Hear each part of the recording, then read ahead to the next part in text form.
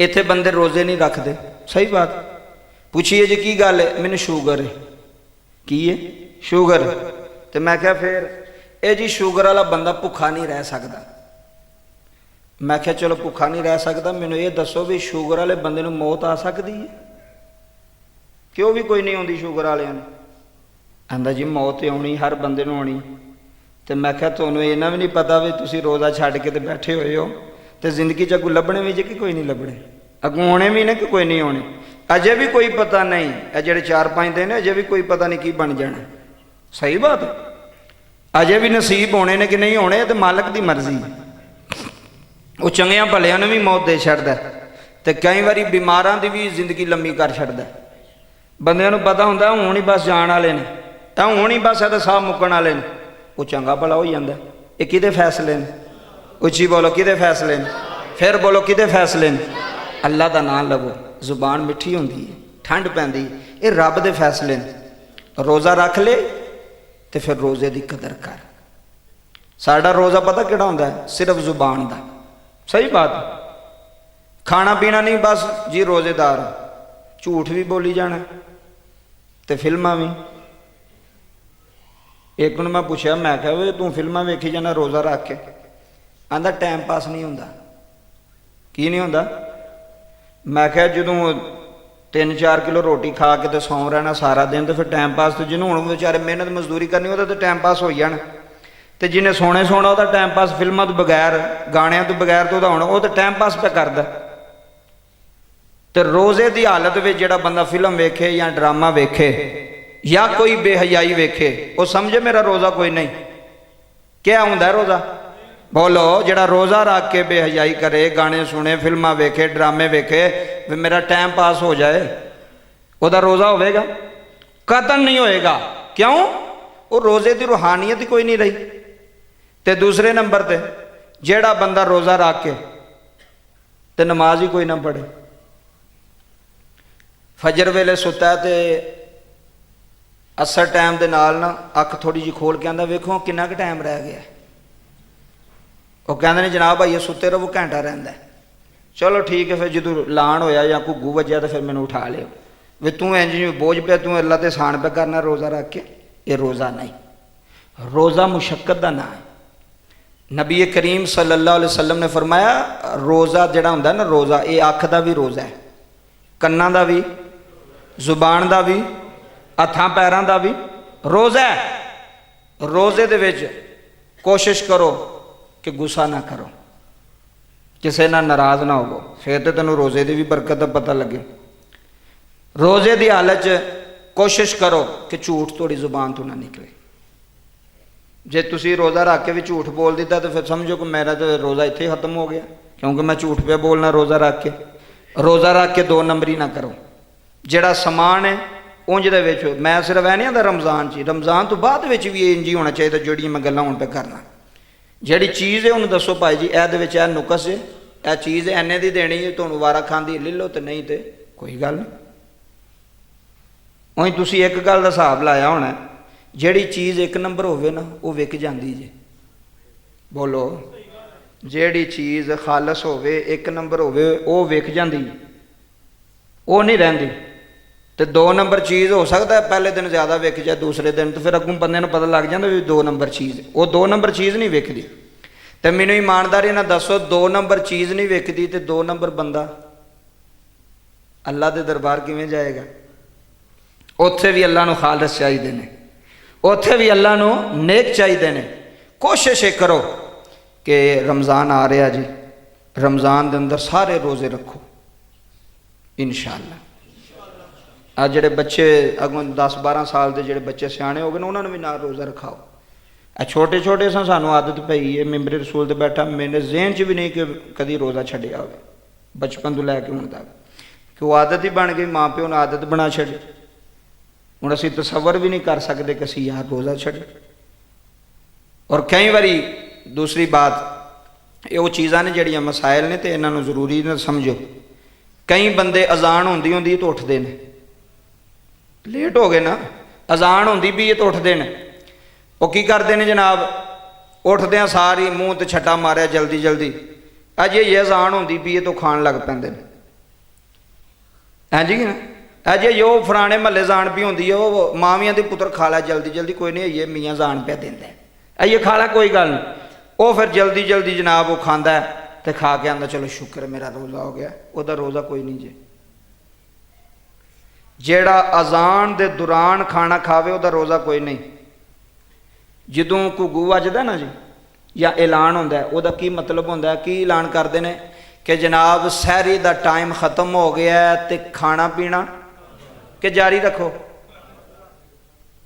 जे तो आखन ना भी अजान के एंड तक खाना पीना तुसी जारी रखो तो फिर भी समझ गल होंदी भी ऐलान होया ऐलान की होंदा है कि टाइम हुण सहरी का खत्म हो गया तो खाना पीना की कर दो वह मतलब है बंद कर दो ऐ नहीं भी हुण तुसी खांदे रहो ना अगर तुसी अजान के दौरान कोई चीज़ खाधी थोड़ा रोज़ा कोई नहीं एक शरीयत ने हद रखी है पाबंदी लाई है इथों हुण मगरब की अजान हो 5 मिनट होण तो बंदे पहले ही रोज़ा खोलन कोई गल नहीं नेड़े तो लग गया काम ना जदों ऐलान होना उदों तू रोज़ा खोलना जदों इत्थे ऐलान तो रोज़ा खोलना ना तो उत्थे ऐलान तो बंद क्यों नहीं करता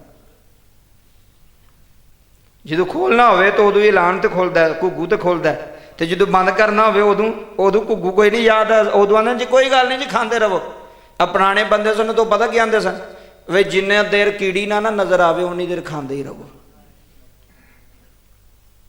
पुराने लोग कहते सन वे जिन्नी देर कोई कीड़ी नज़र ना आवे उन्नी देर तुसीं खाते रहो ये अपने को मसले बनाए हुए हैं जरा एहतियात करनी है इन्हां चीज़ों की और रमज़ान के अंदर सखी बनो सखावत करो अल्लाह की राह खर्च करो थोड़े ही कोल फिर भी खर्च कर ज़्यादा ही कोल फिर भी खर्च कर अल्लाह तेन देगा ये महीना बरकत वाला जे कसम खुदा दी बरकत वाला फिर कोशिश करो आप ही थोड़ा खा लो जिदे घर कोई नहीं वो घर पहुँचाओ वो बच्चे भी रोज़े रख सकन ऐसे ऐसे बंदे मैं जानना पैसे उधारे चुक के रोज़े रखे ना उन्हें पिछले रमज़ान की गल उधारे पैसे चुक के कि बच्चे ये ना आखन भी अब्बा तू कमाना तो तू फ्रूट क्यों नहीं लैके आंदा अब्बा तू कोई चीज़ सही और ऐसे ऐसे भी लोग हैं ने बाबा जी जेड़े छोटा गोश्त जेड़ा ना सिर्फ वड्डी ईद खाते जे ऐसे भी लोग हैं जी सही बात है बड़ी बड़ी गरीब दुनिया बड़े बड़े ऐसे अफलास वाले लोग ने और रमज़ान के मुबारक महीने के अंदर जदों भी रमज़ान शुरू होवे कोशिश करो